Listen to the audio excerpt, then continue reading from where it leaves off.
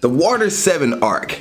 One of the greatest arcs, arguably, in the One Piece history, the One Piece timeline. And on this episode, movie breakdowns, anime review, we're gonna give it a grade. We're gonna give it a grade. The Water 7 arc that has many moments. But before we can give it a grade, we gotta review it first. And on this episode, movie breakdowns, I'm gonna talk about what is movie breakdowns. The movie review series look at TV shows, animes, give them a grade A through F plus minus a due count. And if the review want me to do, let me know. Please put in the comments below and I get to it the best I can. Also, Patreon/Ali_Zakka for $2 a month. Get a cut in front of everybody. Get your review out way before it come out on Facebook and YouTube. Now, let's go and get into today's episode of the Water 7 arc, One Piece Season 8. Now, what is this arc about? Well, the Straw Hat crew has ventured to Water 7. It's a city that is on water. Think Venice. It's pretty much Venice in the One Piece world. And it's made with a bunch of shipwrights, legendary shipwrights, people who can build ships that can get to the end of the Grand Line. People who built the pirate ship for Gold Roger also came from this place, came from this city. And the Straw Hat crew is looking for somebody to build the Mary, the Going Mary. It's pretty much on its last leg. It's struggling to get there. It finally got there, and they're looking for somebody to help build the Going Mary. The problem is, when they finally get not the price tag, but the review of what's going to cost to fix the Going Mary, they find out from a bunch of shipwrights, the galley law, that it can't be rebuilt, that the Going Mary needs to be put down, needs to be burnt and dismembered because it can't make it any longer. It is literally on its last leg, and the crew is lucky they got them so far to Water 7. Well, while the crew is trying to deal with that, Usopp, who had the money for the build the Going Mary, gets jumped by Frankie's company, which is a bunch of shipwrights who kind of work as bounty hunters. They jump. Usopp takes his money. Usopp goes and tries to take the money back from Frankie and his men, which they beat him up even more, which caused Luffy, Zoro, Sanji, and Chopper to go down and beat up Frankie's group and pretty much get the money back, and also kind of bring honor back to Usopp. Well, later on during this arc, the crew finally gets together and discuss what's going to happen to the Going Mary, and Luffy has to break to Usopp that, hey, man, we have to let the Going Mary go. It's the best thing to do. It's on its last leg. We need a new ship. And Usopp flips his lid. Like, the dude goes off, he flips, and him and Luffy go into a battle, a one-on-one fight. And it's actually kind of neat because Luffy actually struggles a little bit against Usopp because Usopp knows Luffy's moves and techniques. He's been watching him. He's been studying him. Kind of like Batman versus Superman, where Batman can take down each person of the Justice League. He got time to study it. Well, Usopp does the same thing. Only problem is Usopp's not as strong and calculating as Batman, and Usopp does get beat eventually. And Luffy tells Usopp, "You knew you was gonna lose. Why did you challenge me? Take the Going Mary, but we're gonna go off." And Usopp leaves. He leaves the Straw Hat Pirates. So you have that whole situation where Usopp leaves the Straw Hat Pirates and takes the Going Mary. The Straw Hats are trying to find a new ship to build and figure out what the next steps to do. And then they find out that Nico Robin, who disappeared on them when they got to Water 7, is now part of a murder attempt on the head of Gallilaws and the mayor of Water 7, Iceberg. So now the Straw Hat crew has to deal with Nico Robin pretty much working with the government, who is CP9, which is one of the government's secret agencies they do the government dirty work.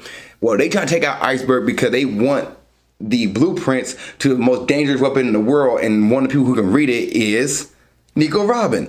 And once they get the blueprint from Iceberg and have Nico Robin decipher it, they're going to kill Nico Robin off and pretty much create the most powerful weapon in the world so nobody else can touch the world government.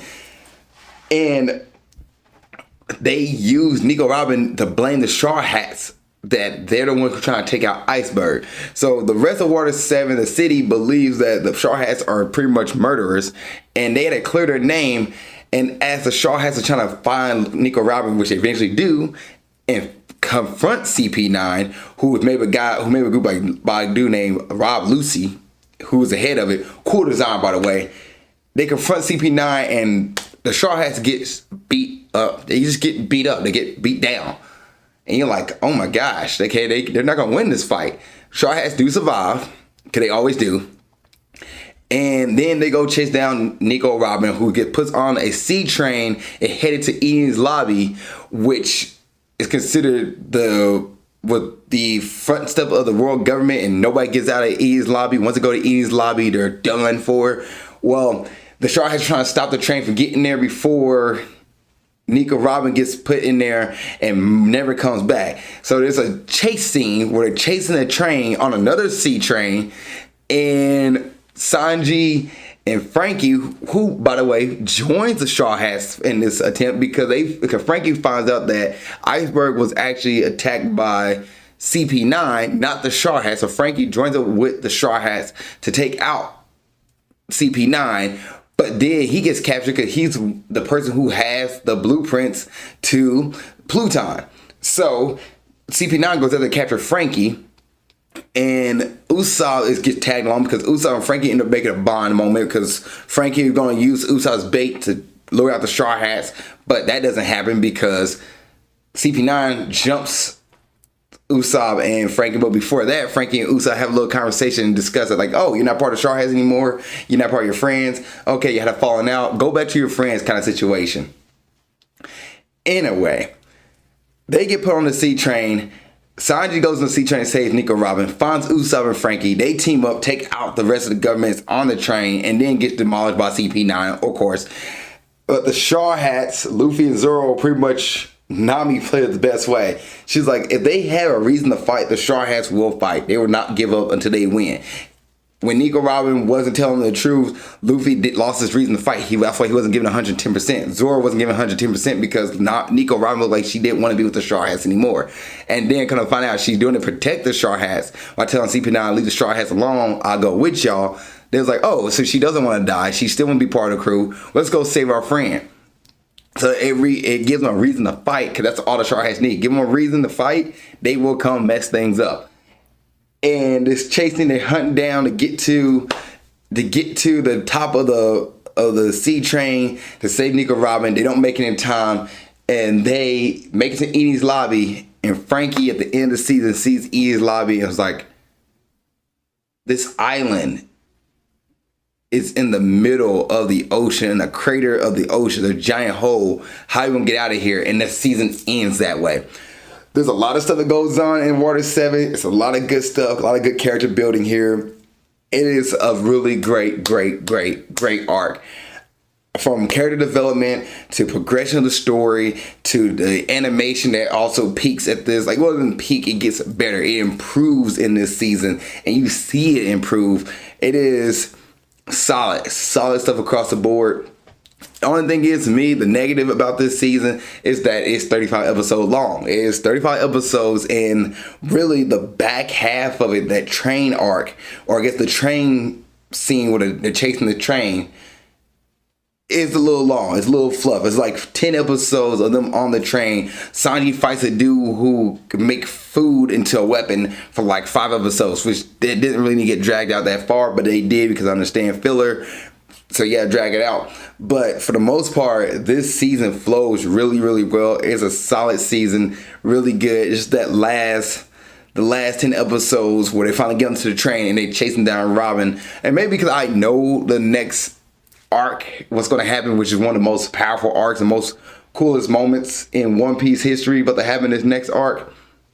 Maybe because that scene, there's a lot of iconic moments coming up here. Well, maybe I was just like, okay, let's finish this up. But I don't think Water 7 need to be 35 episodes. It could have been 30 and would have been good. Matter of fact, you could have done the 2 fights where Sanji disposed of the guys who people, you don't remember them at all. Zoro fights a dude and he gets cut in half within like 2 minutes. And you're like, huh.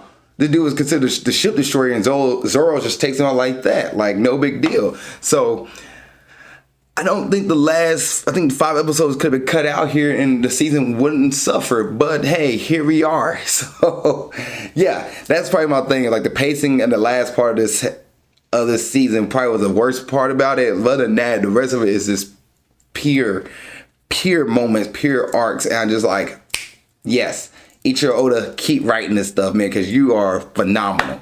Phenomenal. All right, let's go ahead and get into the characters of this season. So, start off with Monkey D. Luffy.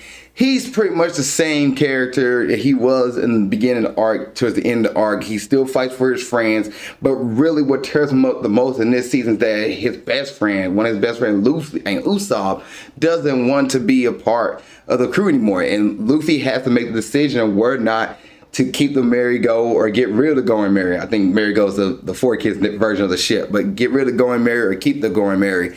And when he decided to get rid of it, he had to step by the decision of getting rid of it, and also at the same time taking out Usopp and knocking Usopp out and saying, hey, you can keep the ship, man. We're going. And Usopp's like, I'm done with being a Straw Hat. Really ate away at Luffy. And Luffy is like, you're my best friend, but it's your decision, man. I can't have you. You decide to leave on your own. You're going to go. And you can see there's time where Luffy in the season like, we got to go save Nico Robin, Sanji, and Usopp too. You know, like you can tell like he's kind of hurt by it, and that still stick with him because that was his friend. And then, you know, watching Nico Robin leave, he's like, no, Nico Robin, you're not leaving. You're not a bad person. You're our friend. You're part of our crew. You know, tell us, Nico Robin, why you're doing this. And Nico can't look at them, and when she's, you know, kind of stammers or doesn't fully commit to what she's saying, Luffy can read her and like, you don't really mean that. Be honest with us. Like, Luffy is the same character he was in the beginning of the arc and towards the end here. And he just really wants to keep his crew together and wants to get a new ship to keep selling to his adventure to go into the Grand Line. And it hurts him to watch people leave his crew. You can see how he experienced this. And at the same time, he's like, I want to say Nico Robin and don't want to watch people I know get hurt. Zoro stands by his captain no matter what. And he even tells Luffy, like, don't waver. If you waver, then who can we trust as a crew? He's just the, you know, the brick. The foundation for Luffy in a sense to keep him strong. Nami doesn't want to see her friends leave. She loves this group. She loves this. She considers it a family, and it hurts for her to watch everybody fight each other. And she cares about Usopp so much. And there's actually little things that Nami, Sanji, Chopper, they do stuff for Usopp that like Usopp doesn't really even pays attention to. Like, for example, Sanji and Chopper goes tell Usopp that there's a storm coming, and they're like yelling outside of the ship, but don't do it so Usopp can see them. And then not Nico Robin, but then there's a time where Chopper leaves medicine next to Usopp when Usopp's knocked out, so Usopp can take care of himself. So like the crew does things for Usopp to show that they still care for him. So Nami still cares for Usopp. She cares about everybody that's going on here. And even when Nico Robin is like blatantly tells them in their face, like, I don't want to be a part of y'all. I'm done with y'all. I just use y'all. And when Nami learns the truth, she's like, perfect. We have a reason to fight now. Like, she's even about that life, about fighting in this season because she wants to save her friend. They're all about their friends and family in this season. They're really about it, like, tough, which is always something the Straw has been about camaraderie and family and friendship and all that stuff. Usopp is probably, this is his season, to be honest, because he goes from being, you know, a guy who can't defend himself. He feel like he's too weak and everybody has to come save him. And he tries as hard to right what's wrong. For example, when he gets beat up by the Frankie Company and he goes and try to, you know, fight them and gets beat up even more, and he feels guilty about it. And then the merry-go getting destroyed because it can't go anymore. He feels like he's a part of the merry-go because of going merry-go, keep on such names up here, was from his island. And he's like, well, are you gonna toss away are you gonna toss me away too? Like you toss away the Mary? Like what are you gonna do here, Luffy? Like he feels hurt because he feels like he's not strong enough to be a part of the crew. And as he's dealing with his whole situation, and then he finds out Nico Robin gets kidnapped, he goes to try. He actually doesn't go to save her. He actually gets kidnapped himself with Frankie, and then he goes and helps Sanji try to save Nico Robin, and he becomes the Shogun King, which is Sniper King. And or Soge King, which is means Sniper King. So he becomes Sniper King and put this mask on, get this bravery like a superhero alter ego, and he becomes more brave. He deepened his voice, and he actually want to fight people and not run away from people and get more confident in himself. Like Usopp goes to a huge arc in this, and it's probably one of the biggest character developments in the One Piece so far. Like Usopp's Sniper King, Shogun King personality is so good to the character and what happens going forward. Like it gives him something to fight for. He's not scared. He believes he can be a superhero in this moment. Granted, like everybody else know who he is. Like Sanji and Frankie, like, what are you doing, bro? But the writing for Usopp in this season is top tier, just good work. Sanji, he's keeping his eye on things, but for the most part, he's there. He's there. He's same Sanji lover boy, character, like a little bit of like he actually does stop Luffy from saying something, and he like, also wants to see his family get breaking apart. So everybody's dealing with this whole Usopp situation their own way, and Sanji attacks Luffy, actually kicks him down so he doesn't say something he was gonna regret. But Sanji's also solid in this season. Chopper's solid as a friend slash doctor, just good character for him, good work.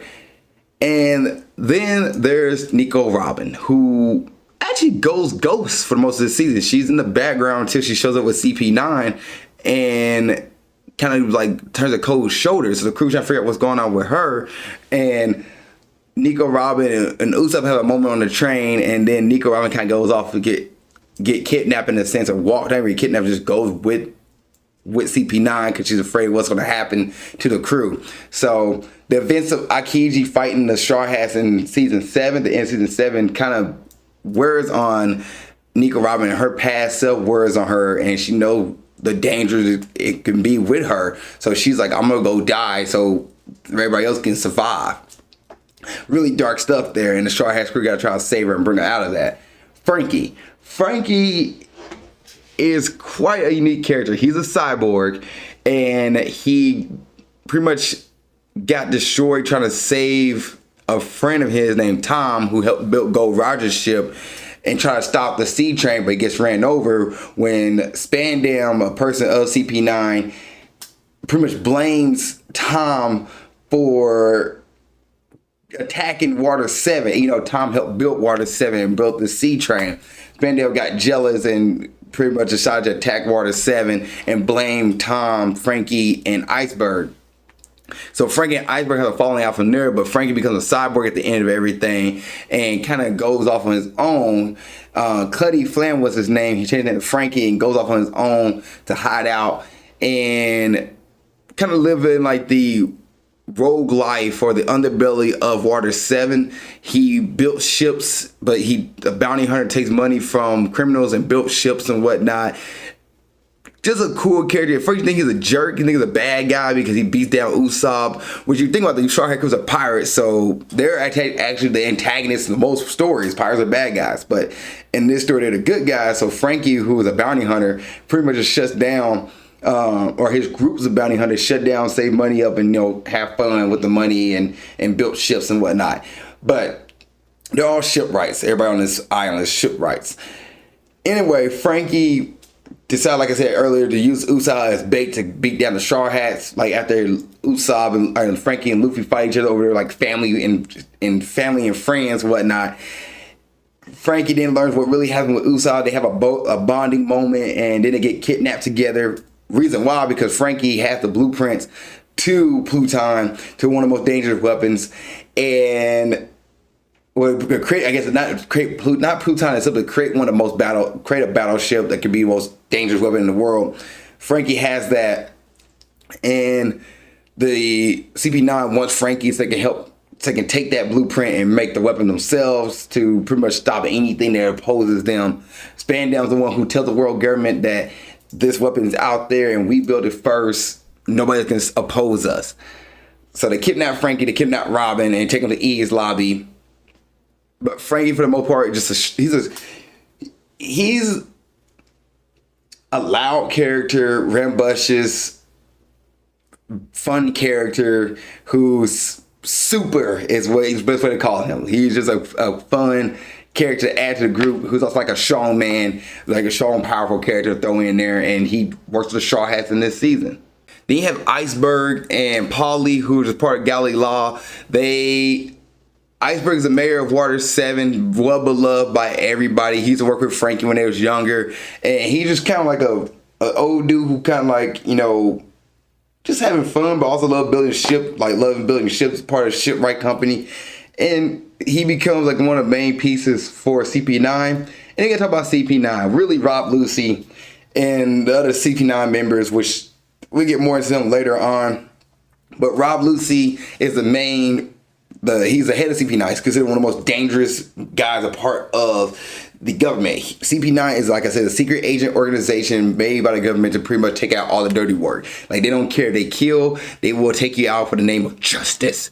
And pretty much dark justice is what Rob Lucy believes in. He believes he would destroy anything for the greater good. If you stand and oppose the flag of justice, you will die. I don't care who you are.